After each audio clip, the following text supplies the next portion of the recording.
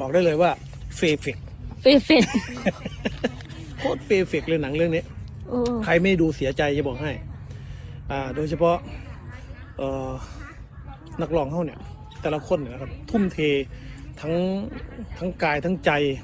ให้กับหนังเรื่องนี้เพราะว่าพูดง่ายๆว่าเราอาจจะไม่มีประสบการณ์แต่เกิดอีหยังขึ้นหนังยังบ่ทันออกสายเป็นหยังพอผู้ศรีวิไลจึงกล้าเว้าแบบนี้เกี่ยวกับหนังสั้นเรื่องแรกเฮาอาจจะบ่มีประสบการณ์แต่เฮามีสิ่งนี้ผู้ใดบ่เบิ่งนั่นถือว่าพลาดว่าสั้นเด้ทักทายสวัสดี FC แฟนคลับมาพบมาพ่อกันช่วงค่อยคำยามแรงตะเว้นแดงแยงตาเริ่มตกดินไปเป็นที่เรียบร้อยแล้วซักกูนาเริ่มบินเข้าสู่หังเสียงนกห้องเจียวเจ้าอยู่ทางด้านหลังบ้านของจีเบาลาวทั้งแม่เฒ่ากับกำลังดังไฟฟิล์มแต่งอยู่คว้ากินไปเป็นที่สำเร็จเสร็จสิ้นวังกี้นี่จีเบาลาวก็ไปตลาดตะลีมาได้กุ้งมาแล้วก็มาทอดกุ้งสำหรับแม่เฒ่าเมื่อวานนี้เจเบาลาวก็บ่ได้ป่าน้อยมาก็เฮ็ดมกเฮ็ดแอบภาษาลาวภาษาอีสานมกเนาะเฮ็ดแอบนี่มันจะน้อยกว่ามกรสชาติก็จะคล้ายๆคือกันนั่นละผู้ใดเป็นคนอีสานก็คงจะเข้าใจดีย่ามนี่ป่าค่อนนาเจบ่เล่าไปเอามาค่ำคืนที่ผ่านมานี่ละท่านผู้ชม FC แฟนครับความจริงแล้วเบื้องหลังการถ่ายทำนี่มันเกิดขึ้นมาเกือบเป็นทิศแล้วแหละแต่ว่าพอผู้ศรีวิไลหาก็จะเอามาลงเป็นวรรคเป็นตอนเนาะ 2-3 มื้อลงเทื่อนึง 2-3 มื้อลงเทื่อนึงเพื่อเฮ็ดให้ FC แฟนคลับมั่นใจว่าการถ่ายทำหนังสั้นละครสั้นเรื่องแรกในชีวิตของตระกูลศรีวิไลเนาะเขาเจ้าเฮ็ดมาด้วยความ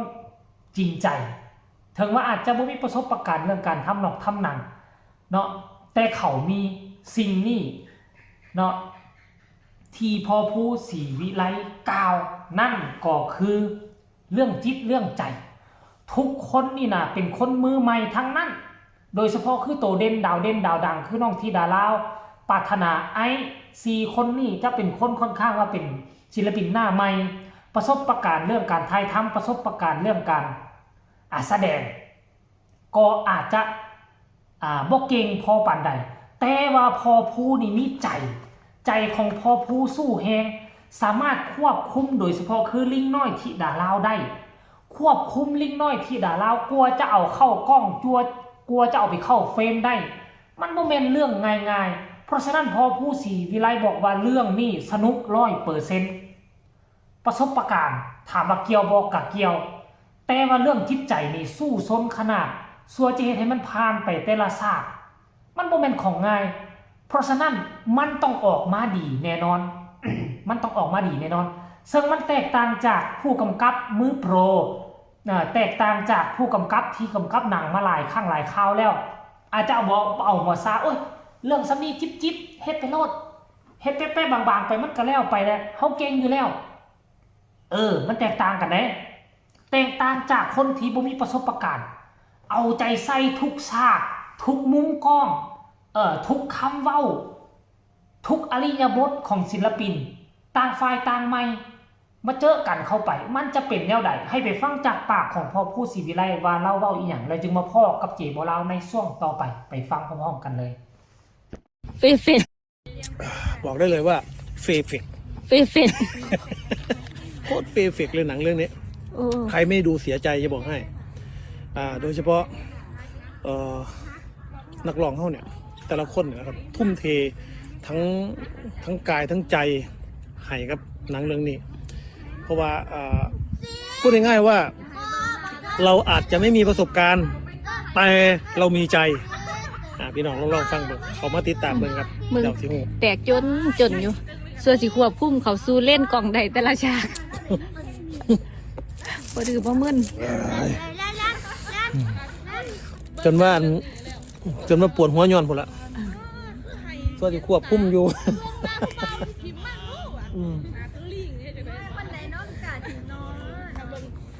เห็นบ่ทุกคนฟังจากปากของพ่อผู้ศรีวิไลและพวกเจ้ารู้สึกแนวใดราคาซัมนี่น่ะเป็นราคาที่บ่แพงเงินที่พวกเจ้าไปซื้อขนมของต้อนมากินไปซื้อนั่นซื้อนู่นซื้อนี่มากินยังเสียหลายกว่านั้นเงินในราคาซัมนี่พวกเจ้าพากันซื้อเถอะซื้อกุมปิดนะ เดี๋ยวมื้ออื่นมื้อฮื้อนี่ค่อยก็สิแชทไปหาทั้งพ่อผู้ศิวิไลถามว่าเอาเงินกีบโอนเข้าไปได้บ่รับเงินกีบบ่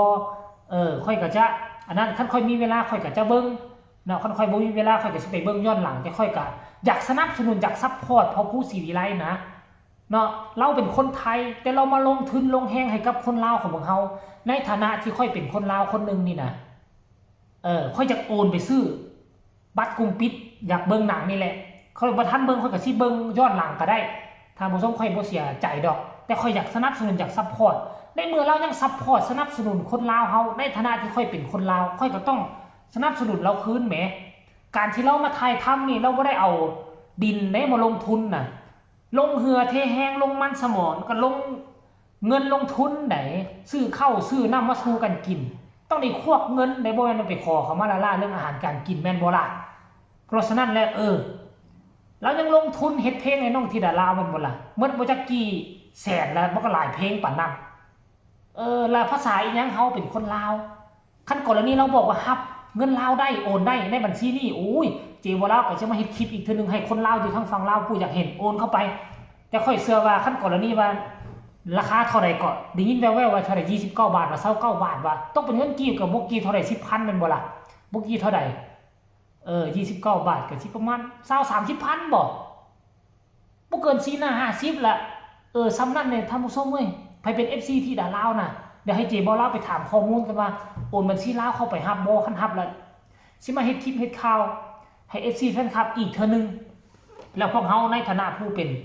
FC แฟนคลับอยากซัพพอร์ตน้องที่ดาลาวพวกเฮาก็พากันโอนเข้าไปซื้อบัตรกลุ่มปิดเด้อท่านผู้ชมเนาะค่อยก็หวังว่าหนังเรื่องนี้หนังเรื่องแรกเนาะของพ่อผู้ศิวิไลโดยเฉพาะคือน้องที่ดาลาวก็ได้แสดงหนังครั้งแรกในชีวิตก็คงว่าจะบ่เป็นหนังสุดท้ายเรื่องสุดท้ายของตระกูลศิวิไลเนาะคันท่าก่อนเลยนี่ว่ามีความสนอกสนใจพอได้ทุนคูณเนาะพอผู้ก็จะเฮ็ดภาคต่อไปติ๊กๆคันกรณีว่า FC บ่อุ้มสู้บ่ยู่หนุนบ่ซื้อบัตรกลุ่มปิดพอผู้ศิวิไลก็บ่สามารถไปต่อได้คือเจบ่ลาวานั่นล่ะมันบ่ได้ว่าเอาดินเอาโคลนมาลงทุนเด้มันต้องได้ใช้เงินใช้แรงที่สำคัญคือนี่อาจจะบ่เป็นงบมากมายเนาะแต่ว่ามันก็ต้องได้ใช้งบลงทุนคือกันท่านผู้ชมเพราะฉะนั้นแล้วเอาใจเพิ่นมาใส่ใจโตเพิ่นก็ยังมาลงทุนให้คนลาวเฮาก็สิบ่พากันโอนไปได้บ่จักเล็กจักน้อยจัก4หน้า5คนก็โอนไปแน่ซั่นว่าเพื่อแสดงความฮักความแพงว่าเฮาเป็น FC น้องธิดาลาวแท้จริง FC ปรารถนาแท้จริงหั่นนะคลิปนี้ก็น่าจะฝากฝังเอาไว้ซะนี่แหละฝากทุกคนกดไลค์กดแชร์กดติดตามให้แน่เพื่อจะบ่พลาดในคลิปต่อไปที่สำคัญอย่ากดข้ามโฆษณาผู้ใดมีคำตำหนิติชมคำคิดคำเห็นก็ขอความกรุณาส่งข่าวหาเจบ่ลาวทางใต้คอมเมนต์โดยกงก็แล้วกันสำหรับคลิปนี้ลาทุกคนไปก่อนสบายดี